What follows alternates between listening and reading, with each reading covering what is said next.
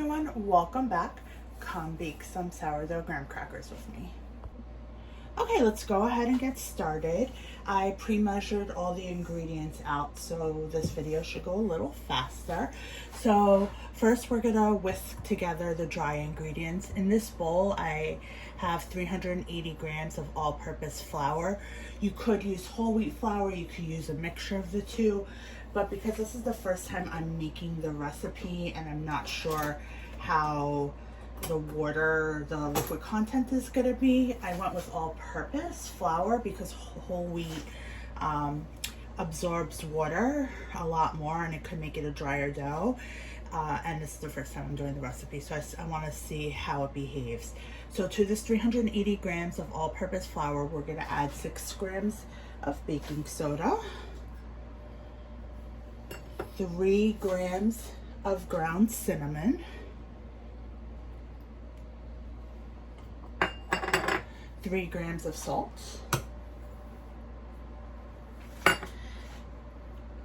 and let's whisk it all together. Okay, that's all whisked together and we'll move it to the side. So now we're gonna combine the wet ingredients. So to this bowl right now, I have 1 stick, 8 tablespoons, 113 grams of unsalted butter. It's been softened, and we are going to add to it 240 grams of brown sugar. I'm using light brown sugar. And then with our electric mixer, we're going to go ahead and mix it until it's combined.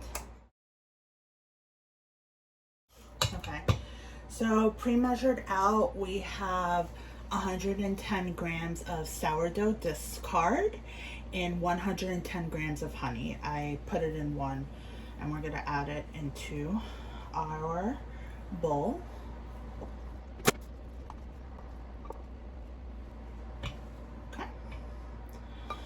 And then what we are going to do is, again, with our electric mixer,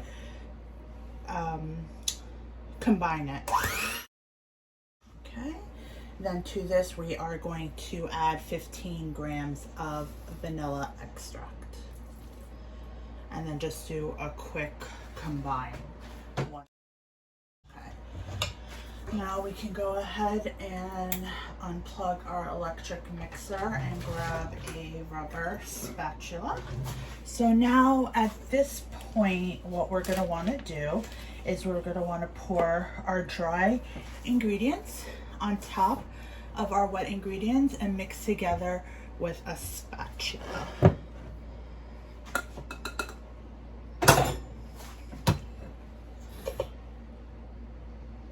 Now the instructions say that as the dough is coming together, if it's too crumbly, we can add some milk.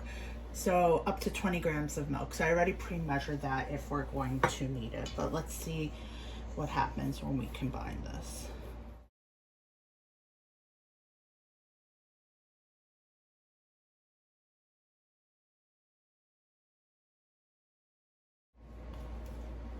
Okay, so I did add a little bit of milk while I was combining, so everything looks pretty well combined. It doesn't look crumbly, it looks sticky, a tough dough, but it doesn't look dry or crumbly. So what we're going to do next is we are going to cover the bowl and we are going to pop it in the fridge for at least 1 hour, but up to 24 hours. So I will see you when we take our dough out of the fridge. Okay, welcome back. So it's actually the next day. I've had the dough chilling in the fridge. We're going on almost 20 hours. Not because I wanted a longer fridge. I fully intend on baking it yesterday, but it just got a little bit too hot in my kitchen. So what I have right now is I have the oven preheating at 350 degrees. I also have gone ahead and prepared a baking sheet with a parchment paper, and I pulled out my pastry mat. So let's go ahead and take out the dough and see what we have.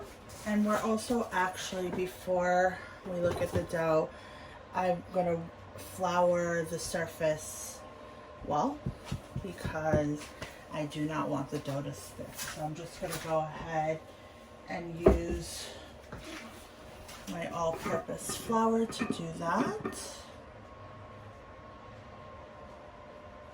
And normally I just work straight off my counter, but the reason I'm doing a pastry mat today is because the recipe does give exact dimensions to roll the dough out to, and I actually have my inch markers there. So this is our dough.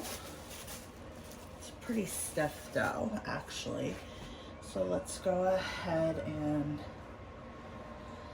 if we can, pop it onto the counter. I'm going to take my dough scraper and just take out whatever's left in the bowl. Hopefully this won't be too difficult to work with, but it is a little stiffer than I expected, so that is okay. So let's go ahead and we're going to cut our dough in half, and we're going to work with it half a piece at a time. So I'm going to take my metal bench cutter, and let's just go ahead and separate the dough in half. And then I'm just going to put this other half in our bowl, and hopefully it'll warm up a little and it'll become a little easier to work with. And then what I'm going to do for this one is I am going to try to make this more of a disc.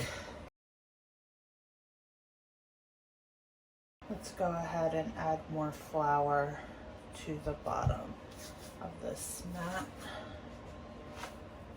Okay. And to the top of the dough. And what I'm gonna do now is I'm going to attempt, like I said, this dough is way stiffer than I expected.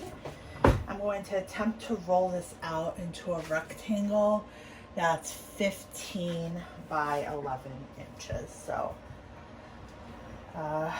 be patient with me. This will probably take us a while. So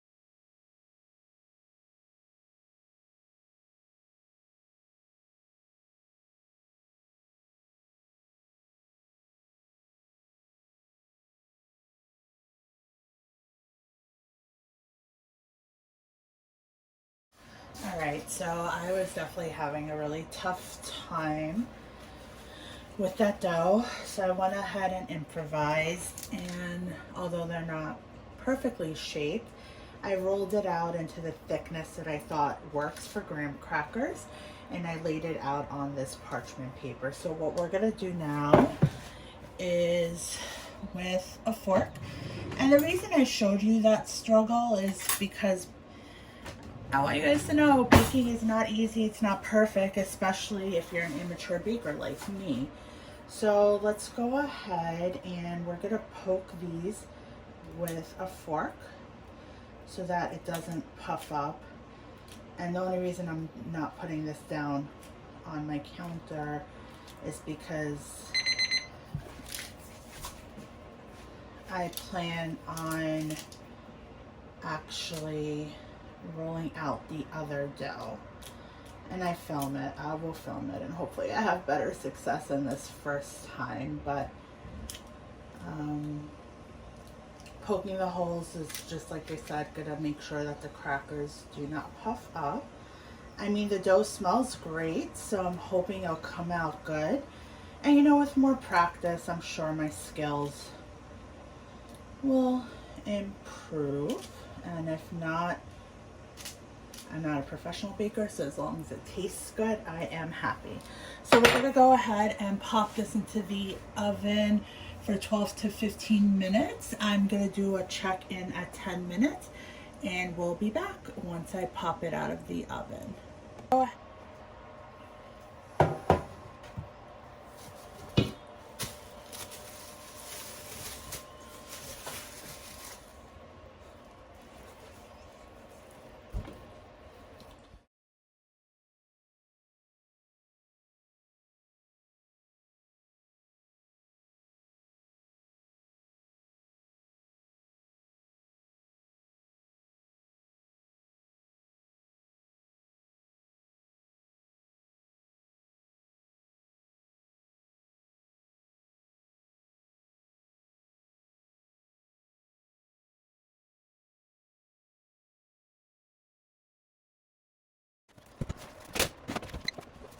Alright, so I ended up letting it go about 15 minutes in the oven.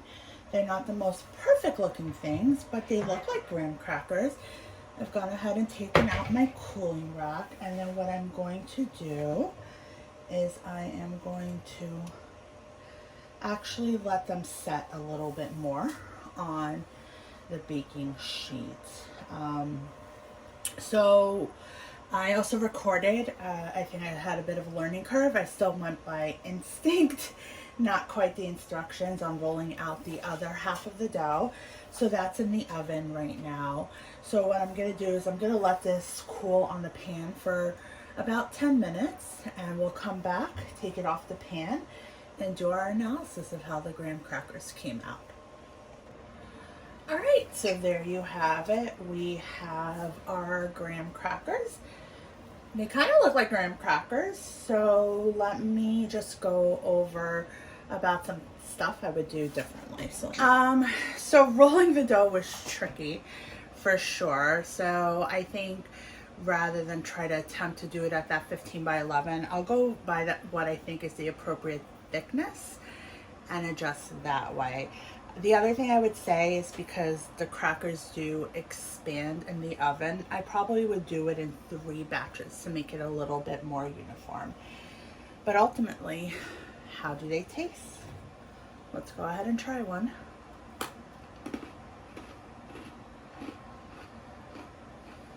Wow. That's a really good graham cracker. So I'm going to store it in an airtight container. I don't imagine these are going to last long, but thank you for joining me, and I hope to see you on the next one. Bye.